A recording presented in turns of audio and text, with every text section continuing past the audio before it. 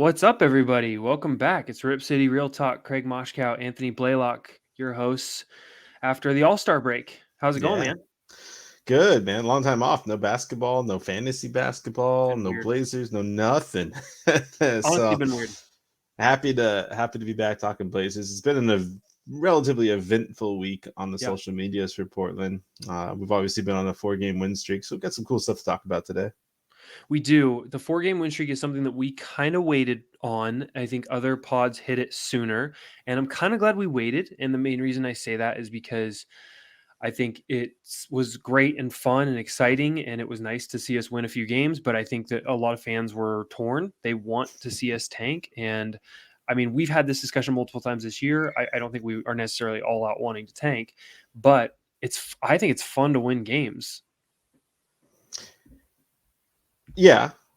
I think it's so hard because you're like, I don't want to win, but it's fun. But it's been fun to watch them, and the types of Mhm. wins have been fun. I Yes, mean, that Memphis game that's it. felt like a playoff game. I mean, there was I don't know how to explain it. There was like the hustle and the determination in the guys during that game, even over the Lakers, even over the Knicks. That game to me felt like a playoff game, and it was fun. My issue is that a lot of these guys aren't either going to be back with the team next year or they're not going to play prominent roles, and some of them will, but I just don't see. I don't see a lot of them coming back. I mean, you're probably going to, hopefully, you see Hart come back. Hopefully, you see Winslow come back. I mean, they're under contract, so you really have to decide whether or not you just want to keep them. But, I mean, let's face it, Greg Brown, probably not going to do much. Watford, probably really not going to be a huge piece. I mean, Maybe maybe. just got Money extended. wise, Maybe. you're going to be kind of limited. So, Mhm. yeah, maybe.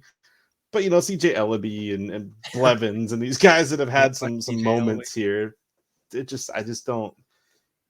I don't know. To me, it's almost like you kind of want to tank so you can really get the guy that's actually going to mean something for you. That's generally going to be a forward that's going to come on this team and actually be able to impact right away. Especially if you're going to start Amp and Dame, I would like to have a little more length, and you're Yeah. potentially giving that up. Now, I don't by any means think Portland's making the playoffs. Sorry, Mhm. I just don't. It's going to be really hard to continue to keep this up and play some of the teams that we have to play and get to the playoffs. So you're probably still going to get a draft pick. Mhm. It's just about where that draft pick is going to be that's a little more concerning, Yeah, I I think guess. I get you. I mean, if you're talking instant, immediate impact, look no further than Josh Hart, right? Josh Hart has come in and I think been in a more prominent role than he's ever had on any team, whether it be the Lakers, the Pelicans. He's always played with Brandon Ingram.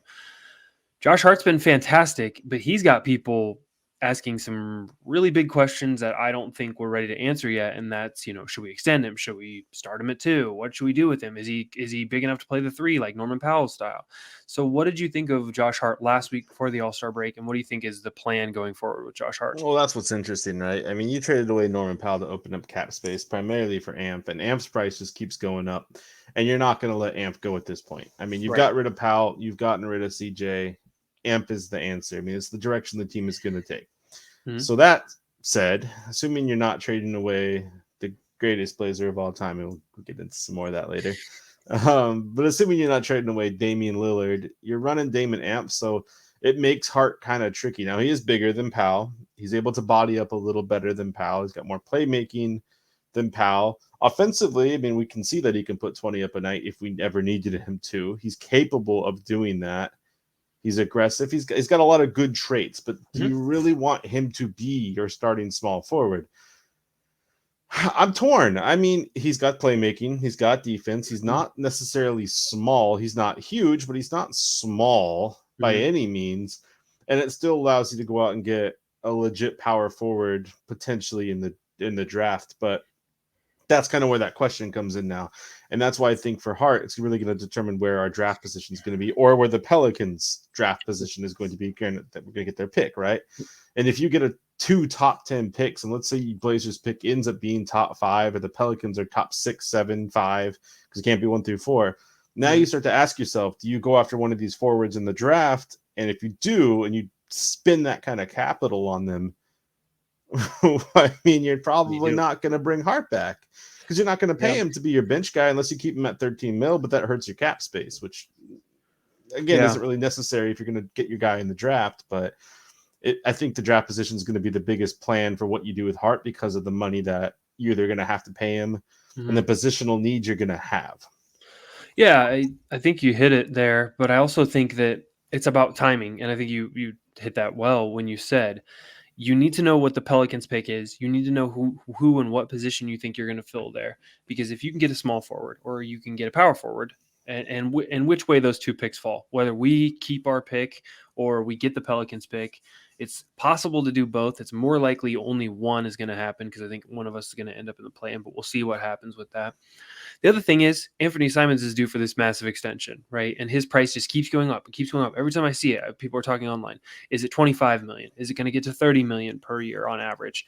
Is it? And so you and I have already talked about, we're not really huge fans of the Dame and Ant starting backcourt. We understand it has to happen. We understand that it's going to 100% happen.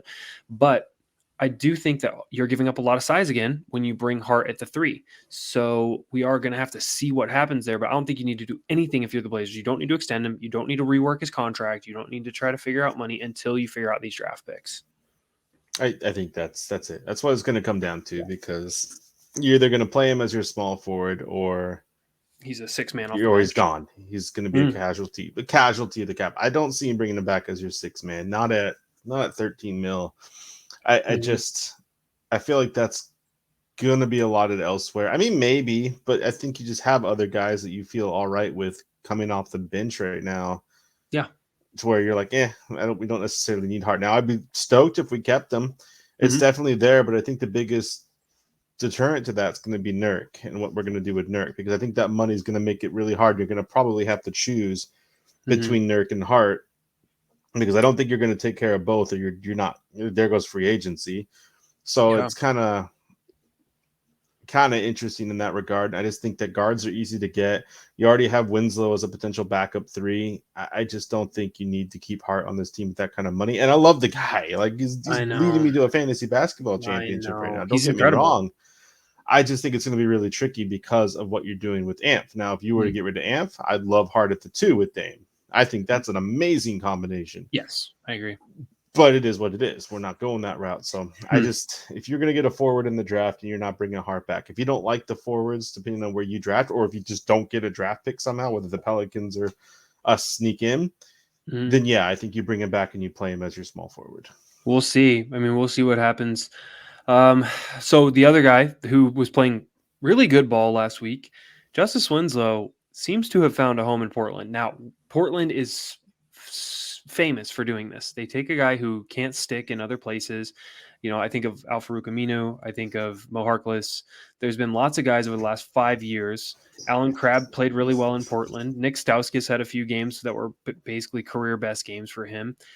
You know, these guys play good basketball here. We accept them. We need them. We need them playing a specific position. But Justice Winslow was a lottery pick who is kind of a mismatch at his position. He can play make, he can handle the ball, he can do things. So what did you think of his play last week, and how do you feel about him going forward?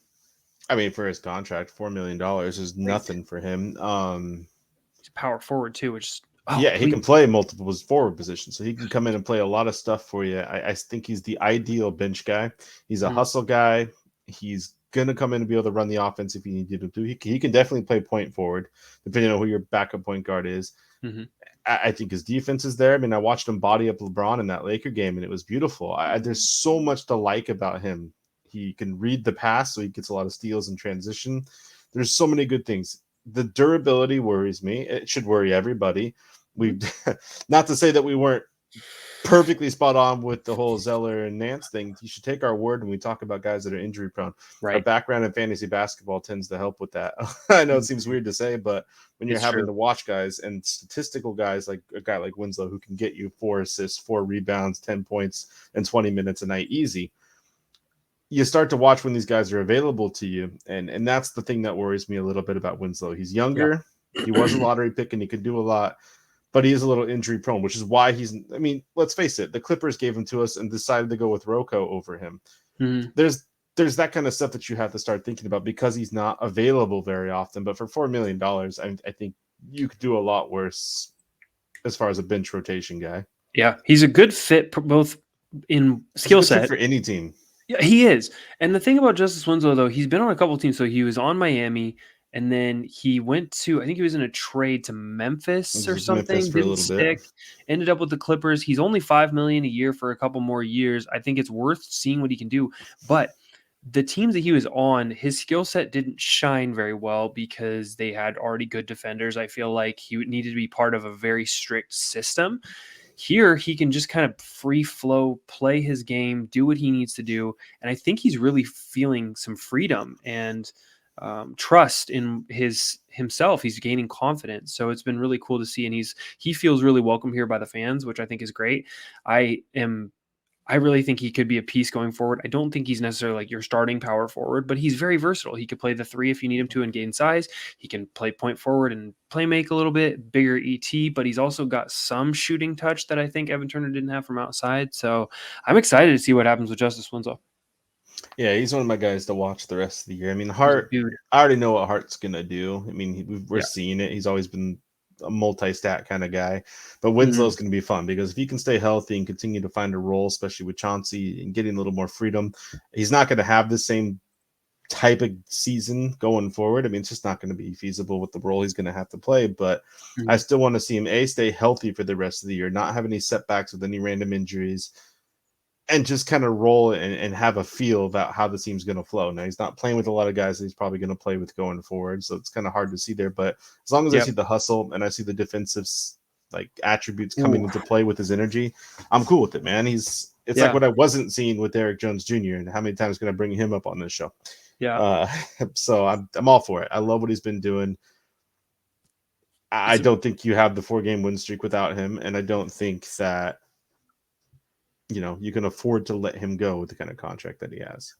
It's kind of amazing what happens when you take a small guard in Anfernee Simons and surround him with a bunch of 6'5", 6'8" guys, and Nurkic, which Nurkic played out of his mind last week, right? He was absolutely everywhere on the court. He might have had the best week of basketball of his career, Yeah. honestly, last week. If you went back and you look at the stats and you watched what he was doing, game impact wise, since 2017 Nurkic fever, I mean that he might have had the best week of his basketball career last week. And I'm kind of glad the Blazers shut him down coming out of the All-Star break because I don't want him to get hurt. I don't want to play too much. I don't want him to do too much. I do think Nurkic has a little bit of like a nudge, nudge, wink, wink deal with the Blazers where we're going to re-sign him for a good, decent amount for maybe like a 3-year deal and with some guaranteed money. But what did you think of the plantar fascia and the 4 to 6 week injury timetable? Is that for real? I've gone back and forth a lot on Yeah. this. Yeah. I have two. I really, I have. Listen, if it's real, it's concerning. If it's not real, Big man and feet. then you're just. I'm sure he had some. I think he's had some little nagging injury in his foot. I would not surprise me. I don't think it's necessarily a 4 to 6 week injury. I think that they're using this as a chance to shut him down. I think they know the season's over, and anytime even a tiny little nag of injury hits Nurk, I think you have Mhm. to consider shutting them down, and that's kind of where they're at with it. So if it's as serious as it might, and listen, people say, "Oh, it's not that serious." 4 to 6 weeks for a foot, that's serious. I mean, if you've Yep. ever followed the NFL, you will know what that kind of injury does to players. Wide receivers get it all the time because they're cutting all the time. They put Mhm. pressure on that foot, and that's kind of what causes the pain and causes some of the Plantar stress. fascia. Yeah, Nurkic is a big dude. Mhm. He's He is. already had multiple injuries, leg injuries. He's missed a lot of time the last couple of years, and now he's missing another 4 to 6 weeks. Mhm. So the worry for me is giving him 15 mil a year for another 3 years or whatever it's going to be, and just not being able to rely on him. Listen, I his weight is his best attribute by far. It allows him to pound guys around with his quickness that he's always kind of had. He's not the fastest guy, but for his Mhm. size, he's a relatively good mover, which is kind of giving him some offensive oomph to his game. But you start running into feet injuries, leg injuries, that kind of size of a guy as they start to get older. Yep. It's just concerning to me. I hope it's not as serious as it 4 to 6 weeks technically sounds. I hope it's just like, yeah, we're just going to be super careful with you. You've Mhm. been playing great. We saw everything that we need to see out of you this year, Yes. Nurk. It's a shot. We're done. We're washed. Just go hang out. Let's give Greg Brown a bunch of minutes. I'm going to cross my fingers that that's what it is. If he comes back before the end of the year, that's where I'll be concerned. Then it's like, okay, Mhm. then you really did just miss time because of an injury. Mhm. And now we're bringing you back for a couple weeks just to play because we don't have any. That's a little more scary to me. But if they're Yeah. shutting him down for the season, if it gets to that point where it's like, hey, we're just going to let Nurk because he hasn't, whatever they want to say, setback, what have you, then I'll feel good Mhm. about it. I think it's mostly just he played really well for the last couple weeks. I think he's been adapting to Chauncey's system well. He's stayed healthy and proved that his conditioning is not an issue this year. And I think that he's going to get a contract. I really do. I don't. We've talked about it all year. It's a conundrum, but you can't upgrade the Nurkic spot. You can't upgrade center without diverting a lot of funds, and we just don't have the money to do it. So I think he's going to get a contract, no doubt. I think it's going to be like 2 or 3 years. Nothing super crazy, nothing super high, but enough to make him comfortable and keep him in Portland. Yeah, that's kind of my thoughts on Nurk. I don't think it's a real injury, but it does concern me a little bit. So we'll see. Yep. I mean, it's going to be one of the things we're going to talk about as the season winds down. We get into Hmm. our off-season stuff about whether or not you bring him back, because that's going to be a big deal with Hart as well. Like I said, Oh paying man, both those guys is going to be a little rough. tough. Or if you And decide, I mean, Anfernee. like I said, or if you decide to pay him, it means you're probably not drafting the needs that this team truly needs, and that's going to be Hmm. a thing. So we'll follow it, but yeah, it sucks to watch him. I mean, he's playing so good. It was really fun to watch him dominate teams down low. I mean, he wasn't going up against slouches. I No. mean, there's some guys that he was playing against that, Anthony Davis and Jaren Jackson Jr. and some of these Hmm. guys. Like there were good players that they were going Yep. up against. I mean, Mitchell Robinson, a lot of guys that you like. These are guys that should be able to slow him down a bit. They're more known to be defensive players, and he was Hmm. putting 20 Having his plus way. tonight easy. Yeah. Yeah. So, okay, I want to move into a couple of these subjects that we've kind of talked about a little bit and keep moving on. But what do you know about Drew Eubanks? Because this kid might actually play a lot with he's Nurkic getting about shut he's down. about to get some minutes. Hey, he's a local kid, Reynolds, Yeah. right? Yep. Yeah, right down the road from me. So what kind of I don't know. Big I kid. mean, they picked him up out of nowhere. He's played in the NBA for a little bit now, right? I think I don't know. his per 36 was like 11-5 or something weird Hmm. like that. So I don't know. Good for you, man. Join the crowd. Go out there with Greg Brown and Watford and all these guys and just have a good Get time. some Like run. it's a Get kid some that's run. not going to be here after this year. It doesn't really matter to me. Hmm. They picked up a couple guys. I mean, within the trades and so far off the waivers, I think they picked up Yeah. Brandon Williams. I think we're Yep. about to see Keon Johnson play tonight. I think Tonight. Yeah. so. Midnight Thursday. Yep, yep. So, It'd be so I mean, interesting. you're gonna see him get some minutes. I don't know. I don't know anything about him. I didn't really follow him. I haven't done too much Nah. research on him. I just don't Till care he because he's not going to be here. Yeah, till he gets into a game. I mean, I want to see Greg Brown get minutes. That's my thing. I think you're young. We've seen what Trenton Watford can do.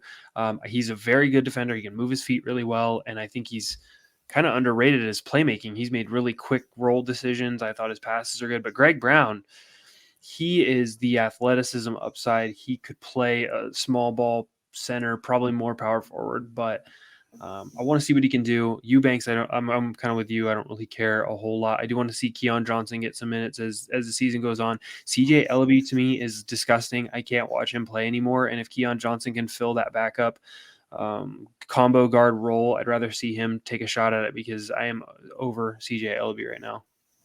Yeah, I hear you. I agree with Greg Brown playing more like this. I mean, he was a first round pick for a reason. So Mm-hmm. I do want to see. I do kind of want to go out to a bar in the area and see. I mean, like I said, I'm out here on this side, so Reynolds isn't too far from me. Troutdale's right down the road. I would Mm-hmm. love to go to a bar to see like the fan base. I mean, how often it's kind of cool that you get a kid from For like this, right here, yeah, right here, playing for the like in my Blazers. backyard. That's It's it's on amazing. the Blazers. I mean, Kevin Love and Lake Oswego, Terrence Ross. I mean, there's been some guys from the Yeah, area, but nobody from like down the right road. in Like the his area. family could be next to me cheering him on. So that's really cool to me. So Yeah, that's pretty awesome. I'm gonna root for him for the rest of the year. I don't care about him because, like I said, he's yeah. not going to be here. But I'm hoping that he does good just for the people that I know. I know people that went to school with him. Mm-hmm. So it'd be kind of interesting to see how he goes.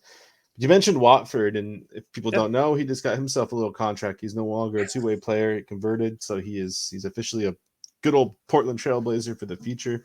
I Yeah. believe it was about 4 years. 4 years, like $5 million, 1.1 per year, which is Nothing, fantastic. Yeah, nothing it's for great. an undrafted kid. So I'm stoked for him. Good for him. This is one of the you get the stories of guys that get minutes and opportunities because of injuries and stuff like what the Blazers have gone through this year, and you take advantage of it and you really up your game. And we've seen it with Gary Trent. He was a second round pick. He Mhm. was never really going to be anything. He was supposed to be just a shooter. Come in and minutes gave him more playing time. The bubble happened, and look at him now. So to get a guy like Watford to get that opportunity to come in here and earn a contract officially and really get a role. I don't think it'll be much. I think he's going to resort back to probably your third Sure. power forward on this roster. Bench filler, deep bench. Yeah, Yeah. he'll be able to come in and get minutes. Injuries happen. You have him there in the wings. He'll continue to develop. But it's great to have him there because I've seen so much from him in his game that I love. You Me too. mentioned a couple guys, Draymond Green, that type of role. I don't think he's at that caliber by any means, but he Nah, does a lot of that stuff. His IQ is amazing. I do like It's them been a all. bright spot for me, and I'm glad that he earned a contract. So just hats off to him. If anybody didn't know, again, we extended him. He's no longer a two-way. Yeah. He's been converted. So pretty cool for him. I think I want to use the word upside at the forward position. So you have Justice Winslow has tremendous upside. He's still only 25. You look at Trenton Watford, Greg Brown, all these guys. We've been relatively boring, steady Eddie at the power forward and even small forward position. We've had guys that we know what they can do, right? We know what Rocco can do. He's not going to take a leap or make massive jump when it comes to development. But with Trenton Watford, you have no idea what he could be. With Greg Brown, we have no idea what his ceiling is. And these guys get better as they are in an NBA system and being coached by NBA coaches every single year. So it is really exciting to me. And I do want to see what they can do. I mean, I always thought Jake Layman was going to be an amazing Blazer. And maybe I was wrong on that. But I feel like with Trenton Watford, we highlighted him 2 pods ago and did a pretty extensive film review, and he can move his feet really well in a way I didn't think he could. I didn't think he could guard guards. I didn't think that he could stay in front of people, and he's done a fantastic job on guys like DeRozan. So I see a lot of potential there. Yeah, I can't argue with you. I mean, the only person I like him. only person that's going to destroy him in Winslow's playing time next year is just Joe Ingles. So I mean, Oh my God. Can we not? Can we honestly not? Like that's actually bothering me. And I mean, like, I it's don't come want to up a be a couple jerk. times. Dame named him. Come on, dude. Okay, first of all, I love Joe Ingles, right? I mean, we've been saying for years we thought he'd be a good fit here. Yes, he's not a great defender, but he's an amazing shooter when he's on, and a really good playmaker with his size. He's like 6'7", 6'8". He's a big, small forward.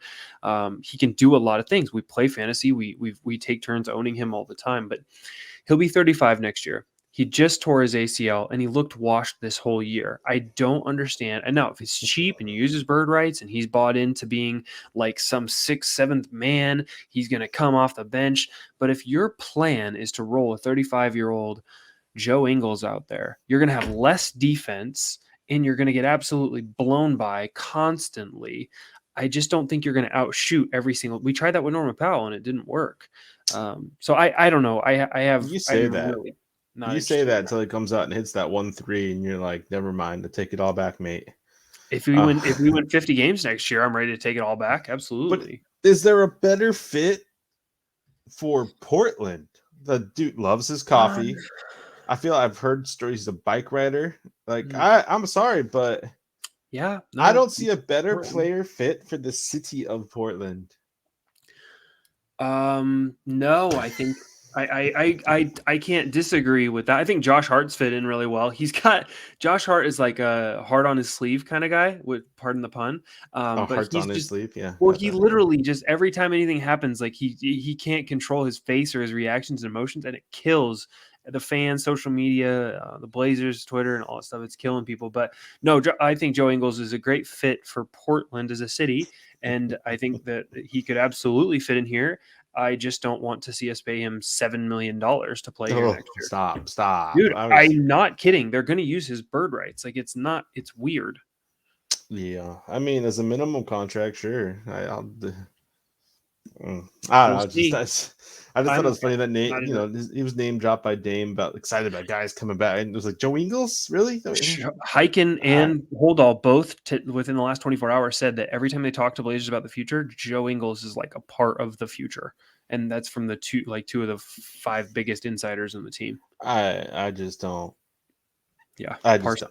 don't. I know It's you're fine. passionate. I'm just rather like I just don't see the appeal Maybe there's myself. something we don't know. Like maybe he's got some freaky athleticism left Not in to him, but he just mention, gets washed. he just hurt himself a couple weeks ago. Like It he's was not even going to be right from the available to trigger. you until halfway through next year, as it is. I know. And even when he comes back, you know how these guys come back after an ACL, and a lot of times 36 years old. a lot of 35. A lot of times they'll pop their Achilles or they'll have another injury that's like a compensation injury. So it's just the whole thing makes me nervous. If he was like 30, I'd be all on board. But No. sorry, 35 is old, and I know because I'm approaching 35. It's old, bro. We're Yeah, washed. so that's that. I just Yep. don't. I don't know. So that's the potential future. So that's the win streak, right? That's all 4 of the games. Some of the stuff we see. We already talked about the Lakers and I think a little bit of New York last time. We Yeah, beat Memphis, which I said was really fun, and we obviously took that was care of fun. the Bucks, which I just didn't see coming. But they didn't have No Giannis, Giannis. no Giannis. But still, I Mhm. mean, Drew Holiday and Chris Middleton are no slouches. No.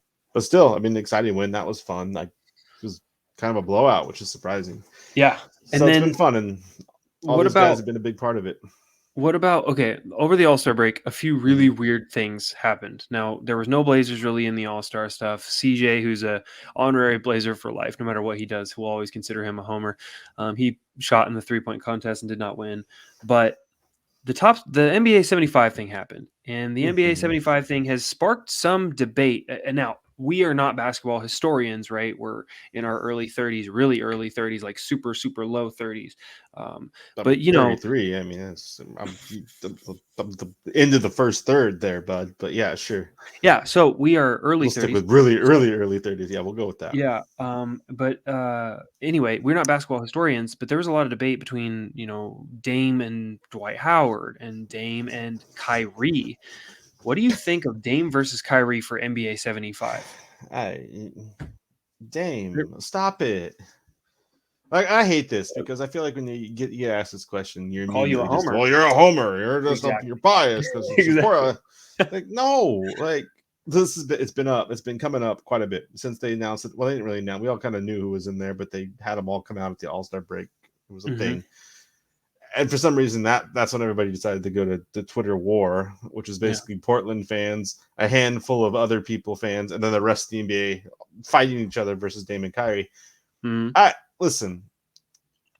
I have nothing against Kyrie. I think the dude is uber talented. I mean, probably one of the best handles in the game from a guard position. He can score any which way. He does a lot of things really well. He's Mhm. mediocre. He's a decent defender. Like, there's nothing with him Mhm. as a player, but he hasn't done what Dame has done in his career. He hasn't. I mean, okay, playoff success aside, he got the one championship with LeBron, No problem. mind you, which he barely played a lot that year. He kind of Yep. came in and helped at the end there. Great. LeBron helped a lot of people get championships. So, I mean, Mario Chalmers got a championship. Anyway, point is, Dame has done more, I think, with less. Kyrie's been bouncing around. I mean, he can't even stay on the same team. Nobody wants him because he causes trouble. And I don't Mhm. bring that kind of stuff really into the top 75 things. I don't think it matters. I mean, it matters when you Kind of. compare them overall, maybe Yeah. down the road. But as far as like just a basketball perspective, Mhm. Dame has scored a lot more. Dame has hit more clutch shots.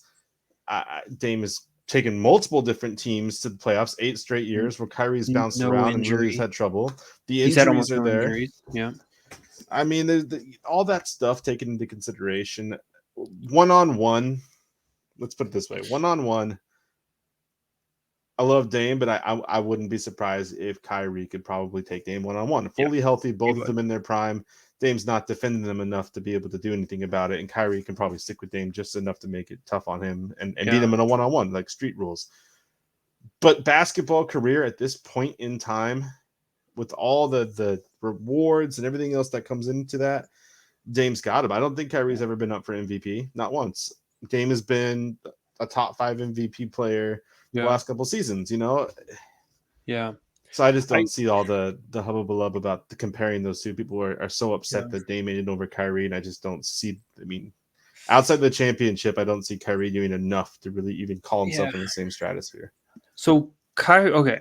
First of all, Kyrie's one ring was with LeBron. I think if you swap Dame and Kyrie, which I do, Same thing. that's how I assess these things. Like if Dame were in the exact situation that Steph Curry was in, or Kyrie was in, would he have won the championship? Probably. He is a minus defender in comparison to Kyrie, and Kyrie is like a top 5 at the rim finisher for a guard of his size. I mean, he's unbelievably crafty at getting to the rim and finishing there for a guy that's that size. But when you take what he did in Boston and how he basically like sunk that team, I mean, to me, the loyalty Dame has shown and the statistics, the durability. I understand Dame has missed games, but he's never missed entire seasons. And this season is completely. I think he could have played through that ab injury if he needed to. I think it's just one of those things. But when you look at resumes, I do think Dame stacks up better, and I don't understand the arguments because like the NBA 75, I mean, I don't think it's that big of a deal to argue. If Kyrie can get another ring, then he'll probably definitely have a better case for Hall of Fame than Dame would. But I don't understand arguing it because it is what it is. Yeah, when it's all said and done, Damian Lillard is going to be probably a top 15 or top 20 all-time scorer on the scorers list. I Mm-hmm. mean, the amount of 60-point games and 50-point games, I know it's just that's what's going to happen. Yeah. You can't have him lower, or I guess higher. I don't, whatever way you're going to look at that. You can't Mm-hmm. have him ranked worse than Kyrie. So I just don't. Sorry, you missed the cut, buddy. Top 100, Yep. Kyrie's there. Hey, man, you still Yeah. consider yourself a top 100 player. In 25 years, when we're doing this again, you'll be on that list. Good job. Yeah. But no, I We'll don't see see. it. Somebody else threw Dwight Howard's name out there for the whole 75 thing too. I don't even know what. So What? we do tend to overlook Dwight Howard's early career because he didn't win anything in Orlando, but he was actually like statistically, he was a dominant big man for 5-6 years, and then he goes to Lakers, he got a title. So when you look at his resume and statistically, Well, it Houston too, but yeah, exactly, and he was good in Houston, and I remember like I wanted him on the Blazers, but he had like a back problem or something, and they were like, oh, he's never going to be the same. He's 31 with a back issue, and it's like it's still Dwight Howard, and he's still playing now 6 or 7 years later. But I think his resume is really robust. I just think that Dame's a better player, more the impactful on the longevity court. comes into Yeah. play here. The Yes. longevity is, I think, the thing that does it. Dame's been good for years and years now, And whereas a Dwight guy like Howard's been like Dwight a had a role player.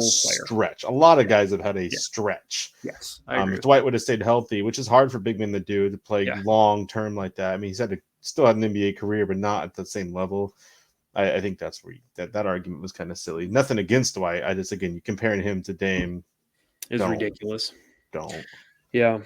So okay, before we jump into some of the other stuff, we don't have too much more. It's honestly a relatively Yeah. quick episode. A lot of just random little things to talk about this time.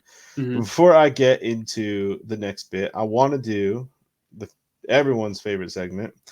It's been weeks. I've had a lot of time to digest this one. Don't know if I'm quite ready for it, but Blazing New Trails, ex player of the show. I'm not going to call it week anymore, but show. Okay. CJ McCollum. Oh my Everybody, gosh, I know it's weird to no. say. It's weird to say he's an All ex right. Trailblazer at this point. Christian James. They call Christian him. James, hold on. I'm pulling up a picture of old Christian James if you've never seen CJ. Yeah, you bringing him in the Blazer uni, right? Because I need it. Oh, dude. You Do can't you bring think it I'd down. put him up Oh, here in a New look at Orleans all the other jersey? pictures. Oh, Oh, fierce. I feel so so bad, like just for how things worked out for CJ because CJ should I be a don't. top 5 Blazer all time. He is an amazing human, great guy, leader of. Now he's the I'm president of the Players Union, which is yeah, fantastic. yeah. I'm But happy for him personally going over to New Orleans, yeah, and that's the news. I mean, in case I'm sure people here have been following him. Anybody that listens to us, I'm sure, has been keeping up with CJ. Because how could you not? But the dude's over here getting 30 points, 5 assists, 5 rebounds, 2 steals a game. He has been absolutely on fire. The first game in New Orleans is a little man, but of course it was a little shaky, right? You're gonna be a little nervous getting into it's your new team and your new city, it's your first game, blah blah blah. But since then, I mean, he's been absolutely on fire, which we thought he would do, right? You're the No, only we knew it. guard on your team now, really, that's worth anything. You're playing with decent bigs. I mean, Brandon Ingram's not a big, but he's a legitimate forward, something that we haven't had on Portland. Valanciunas is good. Yeah, Big Val's. He's a stud. So Yeah. I'm really stoked for him. I mean, he's found a home already. Started off a little rough, but I'm pretty excited to see him. And we got the tickets to go see him when they come back into Portland, so I'm gonna get to go That's see right. him at the game. And yeah, it's just tough. Did you see He'll the letter that he wrote? Did you read that thing in its I entirety? I did, and what an amazing send off for, like I said, a top 6, 7 Blazer all time. The thing that I think is cool, I think his veteran leadership is actually going to influence that team a lot. I know they went 1-4 in their first 5 games with him, but it was absolutely not his fault. He has been stellar at doing his job, which is basically getting buckets, distributing the basketball, and he's been rebounding at a pretty good clip too. Yeah. I think he's averaging like 26, 8 or 7 and 6 or something. I mean, it's like CJ on the right team in the right environment is basically an all-star caliber guard. And night in and night out, he does take a lot of shots. He is a high volume guard, but he's going to give you a very consistent number when it comes to scoring. He's going to score you 25 to 32 almost every single night, even on a bad night. Yeah, he had 38 his last game. He's ridiculous, and they need somebody who can get buckets because BI is the only person on that team that can really just go out there and get buckets. Valanciunas can do some things, but they have Herb Jones, who's a really good defender, and I think that if Zion is ever alive, I've been calling him Greg Oden 2.0 for the last 2 weeks because I swear to God that guy's never going to be healthy again in his life. And I mean, I feel kind of bad for him. I don't know how to feel for Zion, but I hope he comes back because I want CJ to win. I want him to Did you be see? competing. Did you see the season ticket thing that the Pelicans put out? Yeah, without Zion on it, that was You saw that? It salty. was like, get ready for next year with Brandon Ingram and Jonas Valanciunas and CJ McCollum, and there's no mention of Zion, and I was dying. That was Some people salty. called it out on Twitter there for a minute, and that Yeah, was that's something. if there's a telltale sign that the dude's not coming back, it's That ain't not it. That's not including your good. number one overall pick, face of the franchise, in your season ticket promotion. What? I don't get it. So that's interesting. I kind of feel Yeah. bad for CJ because I really feel like if he can mend, if he can do it, take all the stuff he's learned from Dame, take being the leader of the Players Association, Mhm. and be able to turn that around and get Zion back on board. Say, hey man, listen, I know, because they reached out, they talked, right? They hadn't talked before the All-Star game. They interviewed him, CJ, that is. And since then they've talked. I don't know. There hasn't been anything about what they talked about. He's probably just like, hey man, I'm here. Yeah. If he can use that leadership experience and what he's learned from Dame to draw Zion back in with Ingram and Valanciunas, the Pelicans are going to be a fun team. They're going Yeah. to be a fun team. Yep. They will for sure. So that was probably one of the best spots for CJ to land if he was going to go anywhere. I think that team has the right core and he complements the team really well. The other thing that happened this week, it actually happened today. So I'd like to get your thoughts on this. One member of this team, of this podcast, decided to attack a Blazer media member, Dwight James, verbally assault, Twitterly assault, slander, by saying that Dame is going to be the all-time best Blazer. So why don't Okay. you defend yourself? That's not fair because there's two sides of the story. I was actually defending Kimmy Ann, like one of our Okay. favorite fans, Yes. right? Because she was getting into it with them, and She's I was awesome. like, I can't let her go into this alone. Not one of my faves. Okay, so it starts off essentially. Dwight James comes out and says that he would. Again, I could be paraphrasing a bit. I'm not gonna go back and look at the actual tweet. I don't have it all memorized, but basically trade Dame for LeBron James for 1 year of LeBron James. He's getting rid of Dame. He says, let's bring in LeBron. Let's throw him out here with Anfernee Nurkic. I'm assuming Hart's coming along to the party. And let's go get a championship. It says, what's best for the franchise, right? I said, you do not trade. Arguably, I'm important with my words. I argue people on Twitter all the time, and I feel like words just don't matter. They don't read. They take their selective eyes. But I said, arguably, the greatest Blazer of all time. And you trade him away for a 38-year-old player who, listen, it's LeBron James. Don't get me wrong, but the dude misses games. He has soft tissue issues now. Hamstrings and groins and all that stuff are starting to catch up to him. Yeah. Other than the bubble, which is a fluke, I don't care what anybody says. That was a weird season. So other than that, he's had this will be his 4th year in LA now, and he's probably not going to make the playoffs again. Did they even make the playoffs last year? I didn't look. I think they slid in. I think they snuck in. Yes, they did because they played the Suns in round 1 and got thumped. Yeah, and they lost. 7. So They were they the 7th. snuck in after the play-in tournament, and Uh-huh. then he hasn't done anything. And that's with Anthony Davis. He now has Russell Westbrook, which again, I'm not saying Russ is the same Russ that he always was, Right. but there is no argument for the Lakers with those three guys to not make the playoffs, which is Yep. a potential situation. I mean, again, they'll probably do it. The Clippers, I think, over-edge them, so it really comes down to them in Minnesota. But Mhm. I don't know. I'm not trading away Dame. I'm not throwing away Dame's legacy, everything that he's done. He's still got, in my opinion, 2-3 solid years left. Good years. Sure. He's coming down to the end of his prime. Don't get me wrong, but solid years for LeBron James. So I said arguably the best player. And then instead of taking the LeBron James part of this and running with it, right? He comes back and says, well, Damian Lillard's not the number one Blazer of all time. Clyde Drexler is. I'm like, listen, I get that. And this sparked the whole thing. So 2 parts to this that I want to go over with you. Part number 1. Mhm. Would you trade Damian Lillard for LeBron Mhm. James so LeBron James can come here, probably not play? Maybe you do, maybe you don't make the playoffs, and he just turns around and goes back to LA and joins Dame next year, and it's all Yeah. kumbaya in LA. No, I would not trade Damian Lillard, who's been the most loyal Blazer during a player empowerment era where players are not loyal at all. They never stay with one team, and they always want to super team up with these other superstars and feel valued and respected in other markets. Damian Lillard has stayed true to the grind. I would not trade a 32-year-old Dame for a 36-year-old LeBron. I think that next He's year older when than he's that, isn't he? 37-ish, I think I he's don't know. 38.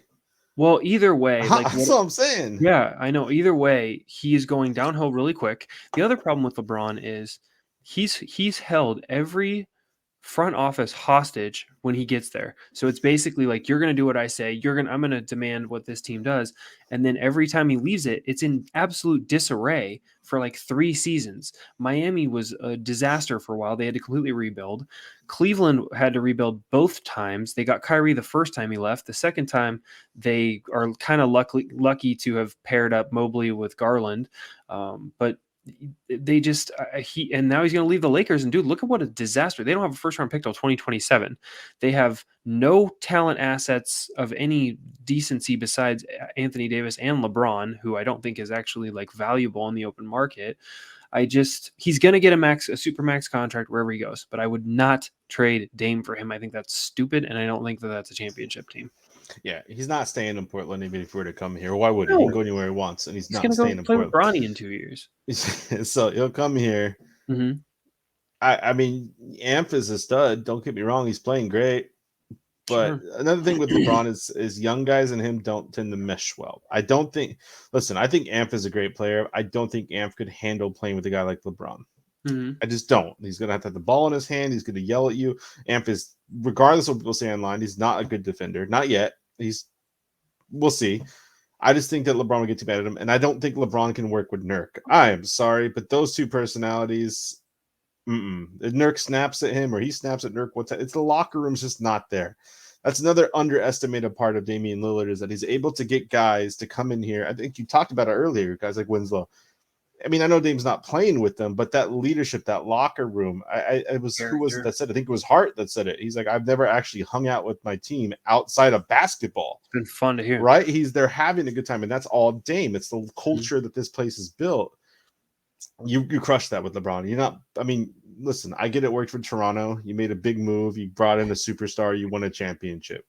They also had a lot of good veterans on that team in Lowry, Ibaka, Gasol. I mean, it was no just bring in Kawhi and win. I mean, there's a lot of other things that went into that. They were already a really good team, and they had Pascal Siakam. So you don't just make a move for a 1-year rental on a guy like LeBron, who I don't think he would be all in here. I think it would cause issues, and I think he'd be demanding a trade by halfway through the year regardless. Yeah. LeBron and Dame in Portland, sign me up. But you don't trade Dame for LeBron. So that's what's the other half of that? What's the other half? The other part is, all right, so the Clyde Drexler versus Dame thing. Now, I know we've talked about it a little bit, kind of here and there sporadically, but who is better to you? As a trailblazer, who is the best trailblazer of all time? Okay. Or going to be? Because let's face it, Dame still got years, so take that into consideration. Yeah, I'll be honest. I hate doing these player era I do too. comparisons, and what I mean by that is like Bill Walton today.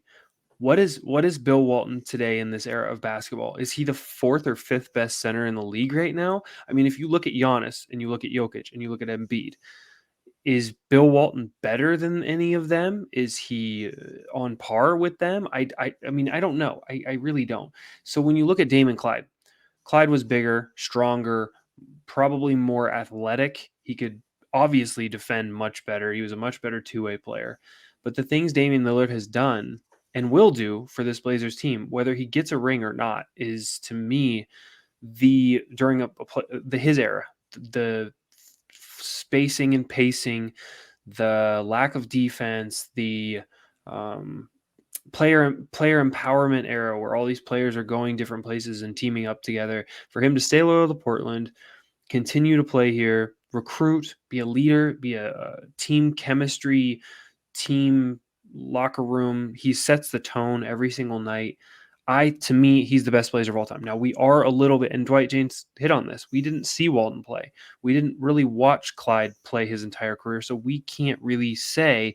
But I think when you look at the body of work that they've done, Dame will surpass him by the time it's all said and done.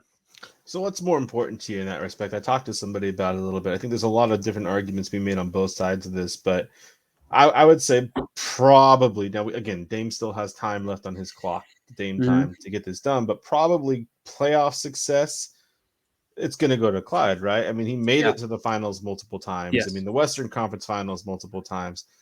I Dame, who knows if Dame ends up getting there or not? I mean, he's got this next 3 years are pivotal. I mean, this is it for Dame. Really, they got to do it now. Yeah.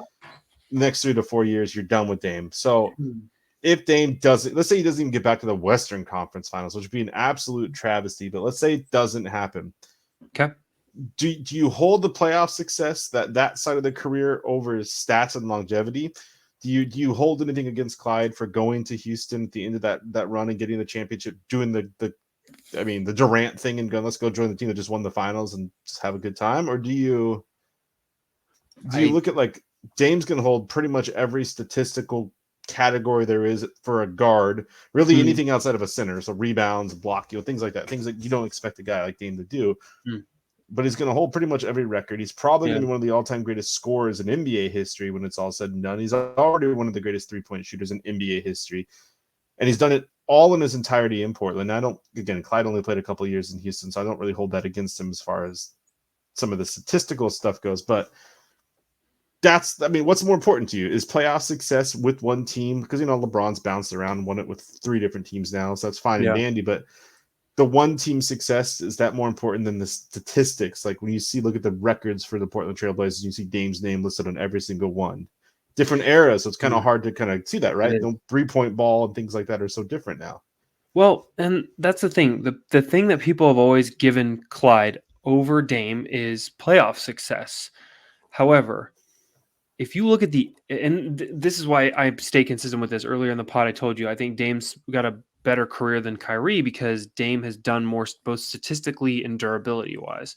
When you look at Clyde, he did go deeper, but if Clyde was a two guard in the league right now, I mean, is he going deeper in the playoffs with this exact roster than Dame has taken this roster? What is Draymond Green if he doesn't have Curry and Clay and KD for most of his career? Is he making a bunch of finals? Is he winning a bunch of titles? I mean, I have a really hard time defining playoff success because I do think basketball is still a really team oriented game. You still need to be surrounded with the right team or at least several really good high echelon teammates. And Dame hasn't had that in his career. I love CJ, but Dame dragged this team to the finals. Dame and CJ both in 2019 with Enes Kanter, One literally harms Cantor, yeah. 3 years ago, a bad shoulder on Kanter, and they dragged. Now, you can say whatever you want about that year, but Dame played most of his career during a really stacked. There was a stacked Houston team for a few years with Harden, a really stacked Golden State team for a few years. They've been injured, and then now you factor in the tail end of his career, he's playing against LeBron every year. So, and the Suns are going to be like a mini dynasty here too. I don't know because I didn't get to see the teams that Clyde played against. I mean, I know he went up against Jordan and some of those '90s teams, but Dame, I can't define his playoffs as all his fault, and I just think statistically he's just gaudy numbers, unbelievable. Yeah, if you put Damian Lillard on that team, now he'd have to play shooting guard because they had Porter forever. But if you flip those roles, I like that. If you were to flip those roles, and I would like, anybody to comment on this video if you made it this far into the pod. Yeah, tell us what you think.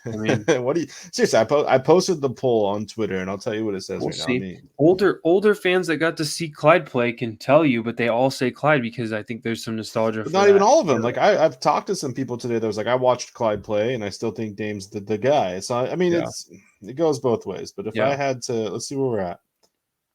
Yeah, so far, again, Twitter's kind of the age of the young, and I get that. Like it's kind of where we're at with things. But Damian Lillard is 60%, Clyde's 27%, and then Walton and soon to be, I put Anfernee Simons because everybody just loves the recency bias here. 7 and 7 for Walton and no others on that list. So there's only 15 votes, granted, and I know most of them are probably younger kids, but I don't know. I just think if you were to flip their role, if Dame had Duckworth and Porter and all those guys, I just think that he could do Jerome Kersey. Like he could do the same types of things with a much better team around him than what Clyde could have done with some of the players that Dame has had. Yeah, I don't know. I'm torn, but I will always side on this. And when you look at the things Dame has done, the clutch playoff moments, it's hard to beat. And statistically, he's going to dominate. He's going to dwarf Clyde, I think, in most statistical categories by the time he's done, if he stays 4 more years in Portland. It's interesting. To me, Brandon Roy was the greatest Blazer of all time. If he doesn't get hurt, we're not even having this conversation. We'd have like 3 titles with him and LaMarcus and a healthy Odin by now. So yeah, that's a what if for sure. That's oof. I was a Brandon Roy guy myself. But that's just interesting. We got in that conversation today. Mad respect the old Dwight James. I had nothing against him. It's just kind of fun to get in that conversation. You went at my girl Kimmy, and I got to go help her out. But that's it. That was kind of the conversation piece here. That was the last thing I have. That's it. It's been a slow, like I said, slow with the All-Star break. About to go watch the Blazers on TNT. Actually, no, I'm not because I don't have Root Sports, so I'm gonna have to do the whole play-by-play on my phone. Thanks, Root Sports. But I'll be following it at least, and then hopefully we beat Golden State now. All of a sudden, no Nurk. Then I'm in. I'll buy my Amp jersey right now. I think it's gonna be the deal. You can mark the down. I will buy my Anfernee Simons jersey tomorrow if we beat Golden State tonight. Okay, sounds good. Okay. I'll hold you to it. Man. Other than that, follow, sub, hit a comment, hit a like, do all the things for us. We're definitely trying to stay consistent, probably recording like every other week. Life is hard and it's really busy. Yeah, if there's like lots of stuff going on, then we record every week, but we don't really feel like we need to be that up on it. And just hit us up on Twitter. Yeah, we appreciate the support, everybody, and the engagement. We'll talk to you all soon. Peace out. Rip City, we out. My camera angle.